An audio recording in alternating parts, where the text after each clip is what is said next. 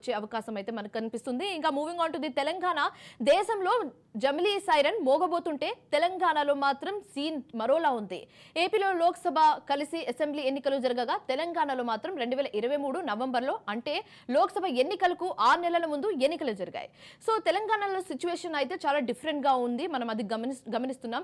So తెలంగాణలో ఒకవేళ one nation one election అమలు చేయాలంటే దీనికి రేవంత్ సర్కార్ ఒప్పుకుంటుందా అనేది ఇప్పుడు చాలా పెద్ద క్వశ్చన్ మార్క్ అని చెప్పొచ్చు. సో దీనికి సంబంధించి మరింత తాజా సమాచారం మా ప్రతినిధి రాజిరెడ్డి అందిస్తారు లైవ్ ద్వారా. రాజిరెడ్డి, చెప్పండి, ఇప్పుడు దేశవ్యాప్తంగా ఉన్న హాట్ టాపిక్ ఏంటంటే వన్ నేషన్ వన్ ఎలక్షన్, జమిలీ ఎలక్షన్ అన్నమాట. సో దీనికి మనం చూస్తున్నాము, అంటే సెంట్రల్ నుంచి అయితే ఒక ఆర్డర్ అయితే పాస్ చేశారు మా సెంట్రల్లో ఓకే అని, కానీ స్టేట్ వాళ్ళు కూడా ఓకే చెప్పాల్సిన పరిస్థితి అయితే నెలకొంది. సో దీనికి తెలంగాణ సర్కార్ ఓకే చెప్తుందా? దీనికి సంబంధించి మీ వద్ద ఉన్న డీటెయిల్స్ ఏంటి?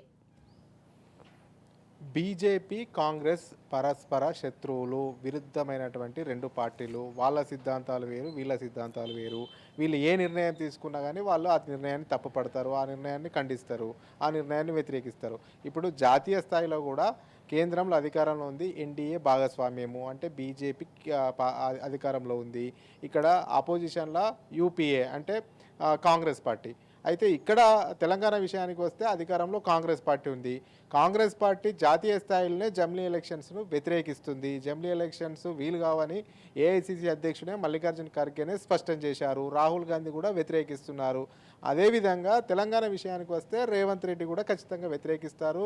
జమిలీ ఎలక్షన్స్కు కాంగ్రెస్ వ్యతిరేకం కాబట్టి కాంగ్రెస్ విధానపరమైన నిర్ణయాన్నే ఇక్కడ ముఖ్యమంత్రిగా ఉన్నటువంటి రేవంత్ రెడ్డి ఆమోదించాలి కాబట్టి కాంగ్రెస్ జాతీయ స్థాయిలో వ్యతిరేకిస్తుంది. కాబట్టి ఇక్కడ కూడా తెలంగాణలో రేవంత్ రెడ్డి సర్కార్ ఇది వ్యతిరేకం చేస్తుంది. అయితే దేశవ్యాప్తంగా ఈ యొక్క జమిలీ ఎలక్షన్ల ప్రస్తావన వచ్చినప్పుడు దేశంలో ఉన్నటువంటి 29 రాష్ట్రాలకు వర్తిస్తుంది, ఒక తెలంగాణకే వర్తించదు. కాబట్టి ఇదంతా కూడా ఈ చట్టాలు చేయవలసింది, చట్టాన్ని సవరించవలసిందంతా కూడా పార్లమెంట్లో ఉంటుంది. పార్లమెంట్ ముందుకు బిల్లు తీసుకొస్తారు. బిల్లు తీసుకొచ్చిన తర్వాత 2/3 మెజార్టీతో ఈ బిల్లును ఆమోదించుకోవాలి. ఈ బిల్లును ఆమోదించుకోవడానికి కూడా అక్కడ ఉన్నటువంటి బీజేపీకి సరైనటువంటి మెజార్టీ లేదు. అయినా కానీ వాళ్ళ కాన్ఫిడెంట్ ఒకటి చూస్తే గతంలో ఆర్టికల్ 370D రద్దు చేస్తామని చెప్పారు, చేశారు.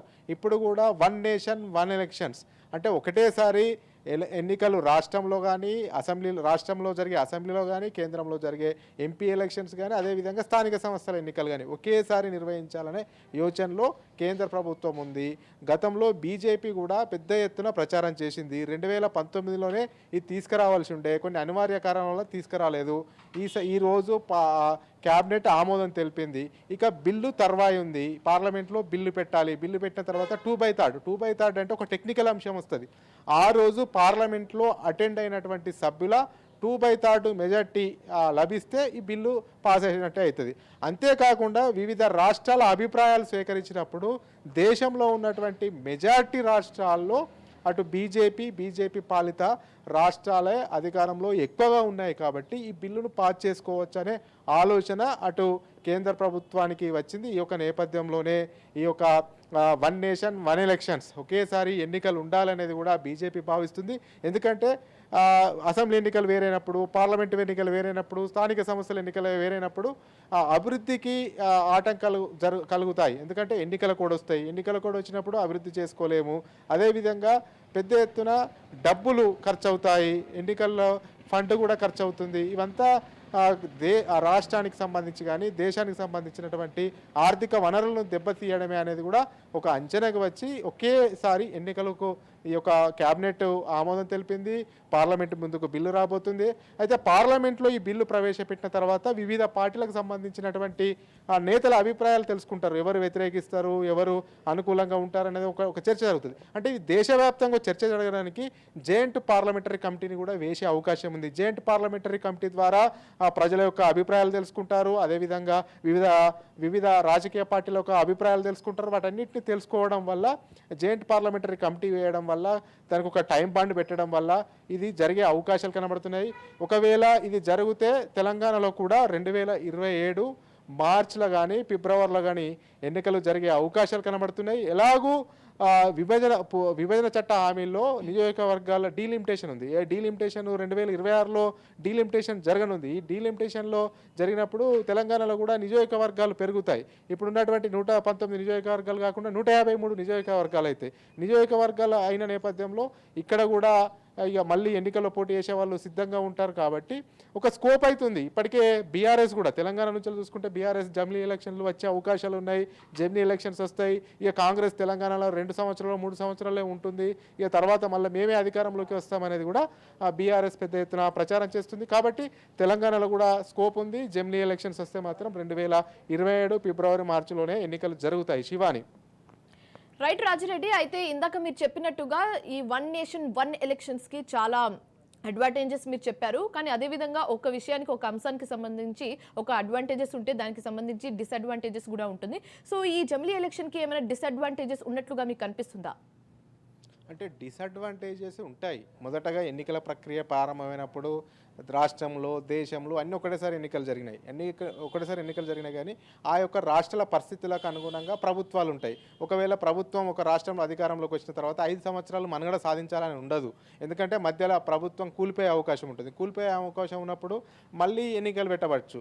ఎన్నికలు పెట్టే టైంలో ఏమవుతుందంటే అటు కేంద్రంలో జరిగే ఎన్నికలు అంటే పార్లమెంటుకు జరిగే ఎన్నికలు, అసెంబ్లీకి జరిగే ఎన్నికలు వేరువేరు కావచ్చు. ఇప్పుడు ఇదే సిస్టము రాష్ట్రంలో పెడితే కూడా ఒకటేసారి ఎన్నికలు మళ్ళీ నిర్వహిస్తే ఏమవుతుందంటే కొన్ని రాష్ట్రాల్లో బోటాబోటీ మెజార్టీ వస్తుంది. కొన్ని రాష్ట్రాల్లో ఏంటంటే మిత్రపక్షాలతో కూడిన ప్రభుత్వాన్ని ఏర్పాటు చేయవలసి వస్తుంది. కొన్ని రాష్ట్రాల్లో సంకీర్ణ ప్రభుత్వం ఏర్పాటు చేయవలసి వస్తుంది. ఆ యొక్క నేపథ్యంలో 5 ఏళ్ళు ఆ ప్రభుత్వం మనుగడ సాధిస్తుందా లేదా అనేది ఒక క్వశ్చన్ మార్క్ కనబడుతుంది.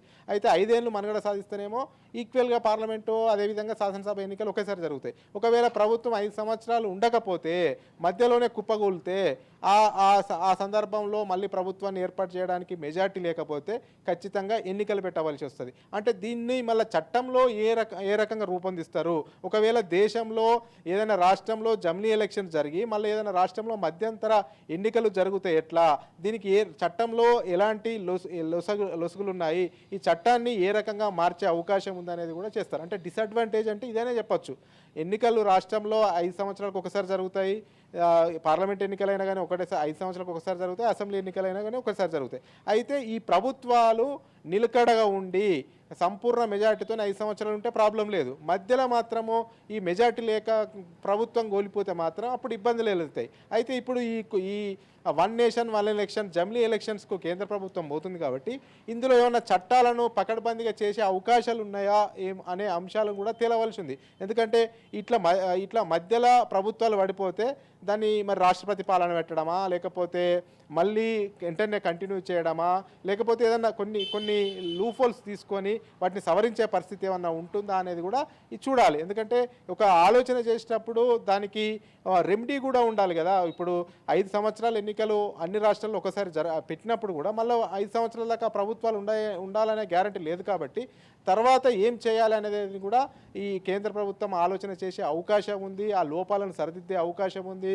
ఒకవేళ ప్రభుత్వం కూలిపోతే దాన్ని ఎట్లా మనుగడ సాధించాలి, మళ్ళీ సేమ్ ప్రభుత్వం ఏర్పడాలంటే ఏం చేయాలి, లేకపోతే రాష్ట్రపతి పాలన పెట్టాలా, లేకపోతే కంటిన్యూ అయిన తర్వాత వెంటనే పెట్టేసి మళ్ళీ 2.5 సంవత్సరాలు పెడతారా, ఎట్లా అనేది కూడా ఇది అంతా సంపూర్ణంగా ఒక స్టడీ చేయాలి.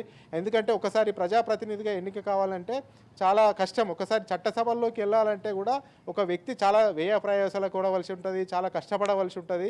కాబట్టి ఎవరైనా 5 సంవత్సరాలు పాలనలో ఉండాలనుకుంటారు.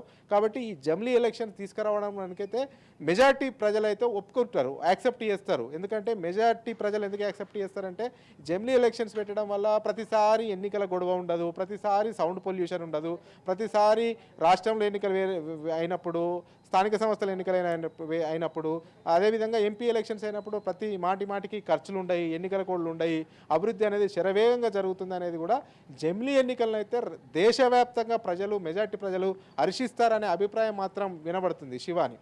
Right, thanks for the updates Rajireddy. So మొత్తానికి వన్ నేషన్ వన్ ఎలక్షన్ పైకి వచ్చింది దీనికి సంబంధించి ఏపీలో అండ్ అలాగే తెలంగాణలో సిచ్యువేషన్ ఎలా ఉందో మనం మా కరెస్పాండెంట్ ద్వారా మనం తెలుసుకున్నాము. సో చూడాలి ఈ వన్ నేషన్ వన్ ఎలక్షన్కి సంబంధించి బిల్కి ఎప్పుడు ఆమోదం ఇస్తారో అండ్ ఎప్పుడు ఒకవేళ ఆమోదం ఇస్తే ఈ వన్ నేషన్ వన్ ఎలక్షన్ ఎప్పుడు జరుగుతుంది, ఏ ఇయర్లో జరుగుతుంది అనేది మనం వేచి చూడాల్సిన